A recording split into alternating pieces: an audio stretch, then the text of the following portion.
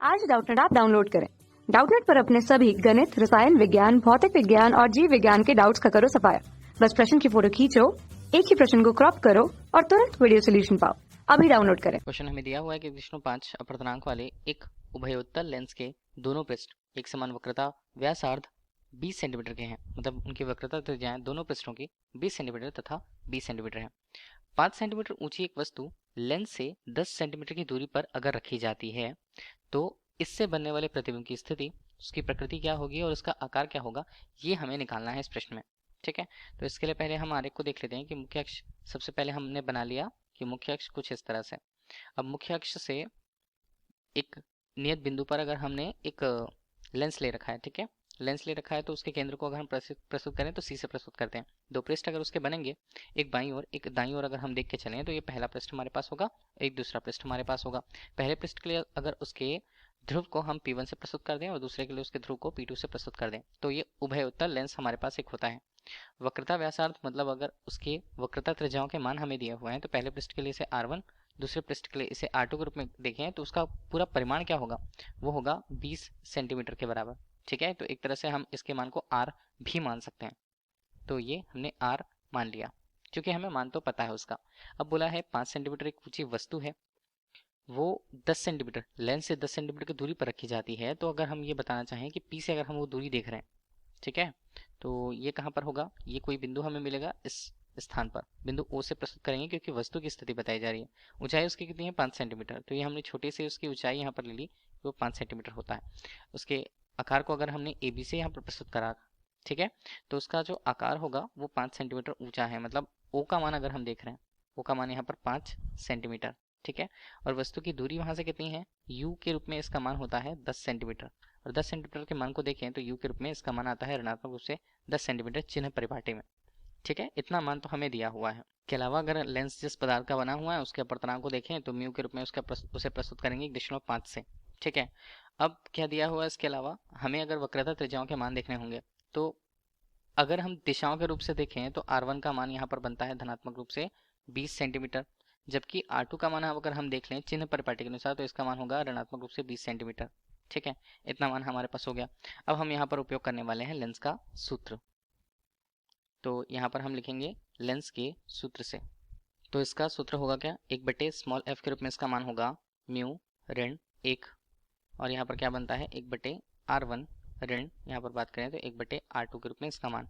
ठीक है, अब इनके मानों को देखते हैं। f का मान, फोकस दूरी का मान हमें क्या करना है, निकालना होगा। तो फिर बाकी सभी के मान हम रख दें तो 1/f का मान यहाँ पर क्या होगा, ये बनता है हमारे लिए 1.5, ऋण हमने करा तो 1, और यहाँ पर करें तो 1/R1 का मान हमारे पास कितना 20, और ऋण करें तो 1 यहाँ पर बनता है ऋण 20 के रूप में। ठीक है, ये हमारे पास हुआ 1/f के रूप में इसका मान, ये हमारे पास कितना 0.5 होता है। यहाँ पर करें तो 1/20, और धन हम करें तो 1 यहाँ पर भी 20 आता है।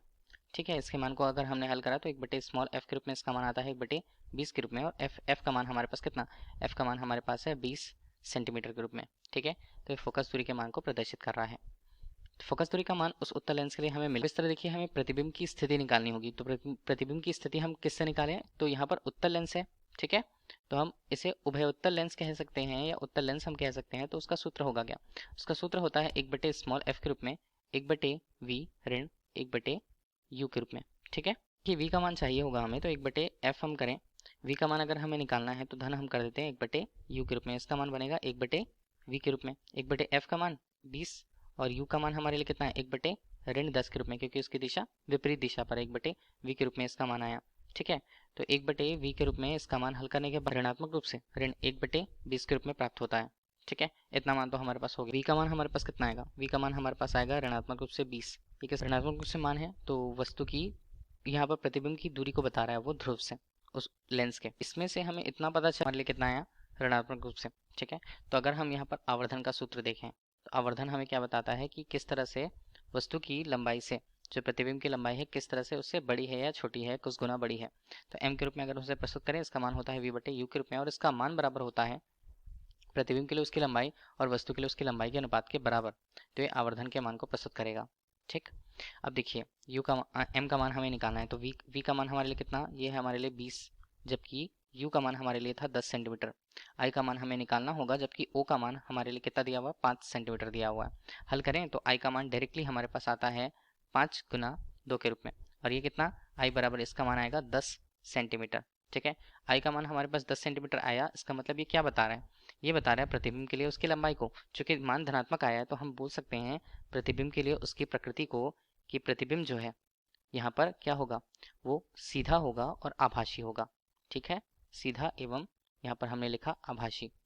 और जबकि इसकी प्रकृति बन कितनी रही है, उसकी लंबाई यहाँ पर है 10 सेंटीमीटर की ऊंचाई पर यह प्राप्त होता है, मतलब आवर्धित रूप में दुगुना प्राप्त होता है वस्तु की लंबाई से। ठीक है, साथ ही साथ प्राप्त कहाँ होता है, v के रूप में ये प्राप्त होता है वहां पर वस्तु की ही दिशा पर, वस्तु की ही दिशा पर। ठीक है, तो ये हमसे प्रश्न में पूछा गया था। धन्यवाद। कक्षा 6 से 12वीं से लेकर नीट, IIT, JEE वो एडवांस के लेवल तक 1 करोड़ से ज्यादा छात्रों का भरोसा। आज ही डाउनलोड करें डाउटनेट ऐप या व्हाट्सएप करें अपने सारे डाउट्स 8400 400 400 पर।